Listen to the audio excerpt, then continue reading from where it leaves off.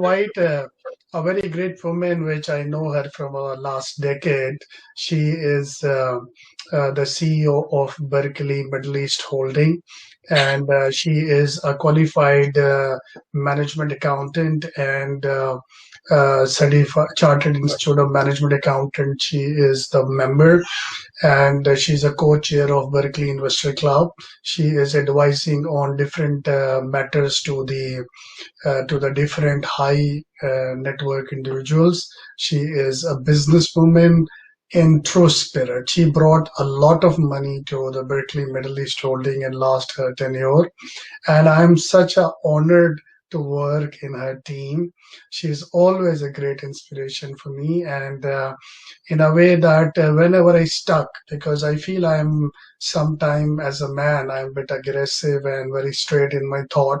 So there I go to her and I ask that how to handle this scenario. And most of the time she's my shield and my protection because she covers me in a lot of ways.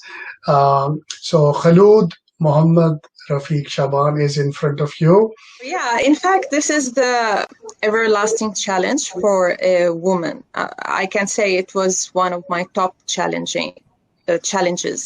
So I had to really stop and pick up multiple times throughout my career in order to be able to manage. So, and in this, I would like to share a bit of fun experiment that I have done with my husband.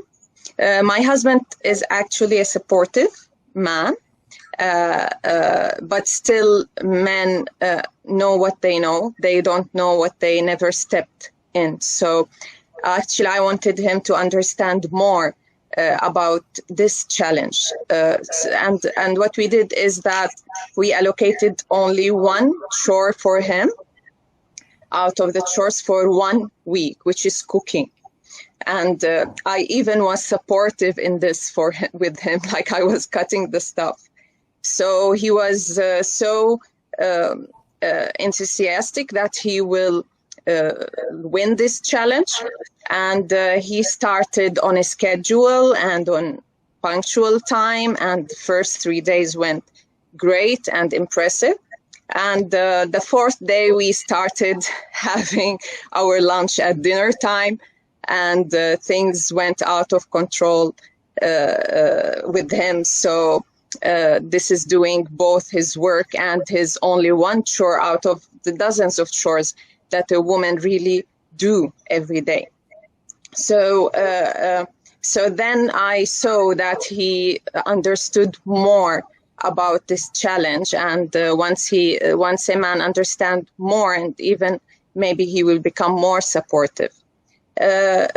So I would say there are two parts of this. There is an emotional part, and there is the technical part that a woman can do to balance. Emotionally, she should really be consistent and patient, and she should be persistent, to be honest, because as Asma said before, that a lot of women just lose hope and they just drop in the middle of the road and they don't continue, because it is a massive challenge, this balance. But if you are really focused on your goals and targets and you are not ready to give up on your ambitions, then you're allowed to have weak moments, you are allowed to stop, rest, but you're not allowed to really stop your way. You have to continue. So I would give some maybe technical tips which I believe they can help in some situations, which is sometimes first sorting out your priorities, both personal and professional. You should sort it in a daily routine, that to-do list. Focus on one task at a time. Start with the most important task. You should eliminate time wasters. Some time wasters, you might think that it's not a time waster, like, for instance, picking what you want to cook for today, or what you want to wear, or how your schedule should start from daily morning routine, night routine. So this all you should set it in a to-do list, and this will actually help you do most of what you have planned. And secondly, I would say you should really learn the art of delegation. You should acknowledge that you cannot do it all by yourself. You should delegate in work, you should delegate in home. For your kids, for your husband, you should delegate work. This will really remove a lot of workload from you. So, and I would say also you should avoid perfection, because perfection, I am myself is a perfectionist and I struggled in this point a lot. Perfection can drag you down if you really spend more time on a task. So it's not that you become careless, but you should really avoid top perfection for each task. And this will also save you some time to spend with your family, because it's a quality time which you should spend with your family rather than quantity. I believe that. So you should have this time for your family. And last, I would say that also you should have, which is actually a very important point, you should have a me time. This me time is majorly important for you to charge yourself back. You should have a time that you meditate, exercise, spend time with friends, watch a movie, whatever you really like to do, because this is the way you feel that you are also focusing on yourself in the process. And eventually this is a constant adjustment process.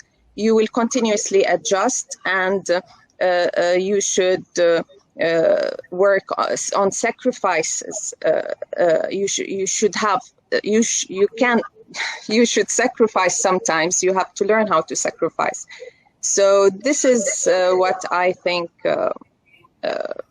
a way to help a woman juggle between work and life. The most important and the key point for the future is educating the girls and the women, especially in the developing countries or the disadvantaged ones. Because sadly, we have seen girls fighting to have an equal education opportunity.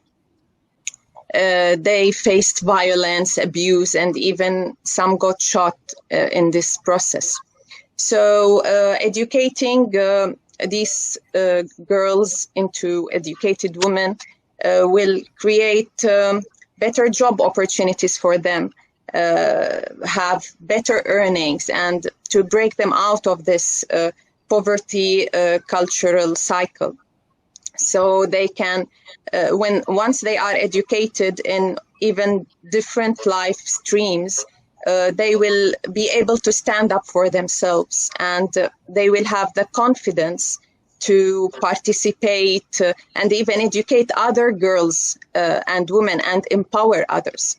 So they say like women are half of this society, but I believe that women are the full society, because they do raise generations of both genders, boys and girls. And sadly, till the moment, there are women who raise boys to be still like dominant and girls to be submissive. They give power for boys over the girls, and they give more privileges to their boys than to their girls. So this should stop, and I believe it can stop by educating these women more in life, because educated woman has the power to change the mindset, which is the key issue. Mindset of a full future generation. She has the power to change if she changed herself and her mindset. So, and I believe that this will raise healthy kids, healthy future generation, and which will make families more stronger, which will make society more stable. And to the extent it will reduce the crimes, reduce the abuse, the racism. All this starts from the woman, from educating the woman, because this is where the key issue lies. So this is the main thing I would really, if I'm in power, I would focus on the education and educating of a woman, both, because educating her in all life aspects and uplifting her to a mindset that she believes that she's equal and she to a man, and she has the equal rights to demand in her society. Yes. First of all, any leader, in my opinion, should have a vision, because I believe the vision is the which leads the leader, and vision also set the targets, and vision charge others and make them relate to you and to your leadership. So in order to find your vision, you can also stay around successful leaders and mentors, so who can really help you know what you really want. So this is the first thing, that you should have a vision. You should focus on your strengths, because women, unfortunately, systemically tends to undermine their skills and abilities, and they tend to attribute their success to other factors than themselves. So do not underestimate your abilities, and rather than focusing on what you cannot do, you should focus on what you are great at.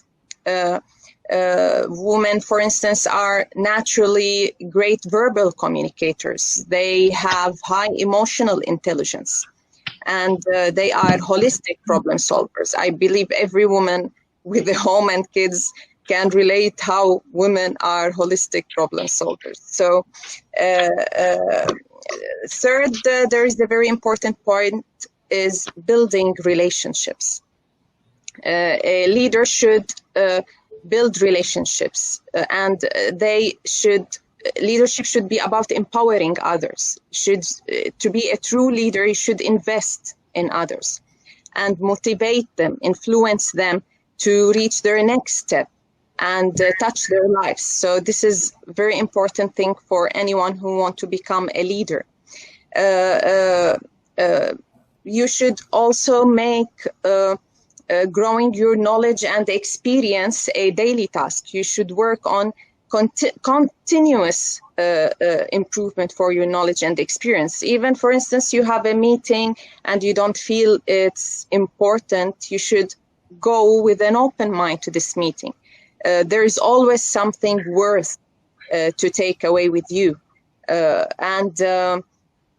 Lastly, I would say, in order to pursue all your dreams, you need to start actively pursuing. This is a quote that I heard and I really like, that you should actively pursue everything that scares you. So you should go out of your comfort zone. You should pursue everything that you feel you cannot do and you want to do. Fail. You can fail. You can turn every mistake to stepping stones for your success, for your future. So this is what I can advise future leaders, ambitious girls that want really to make a difference. That's great. That's great. I think that you gave a lot of motivation to the youth.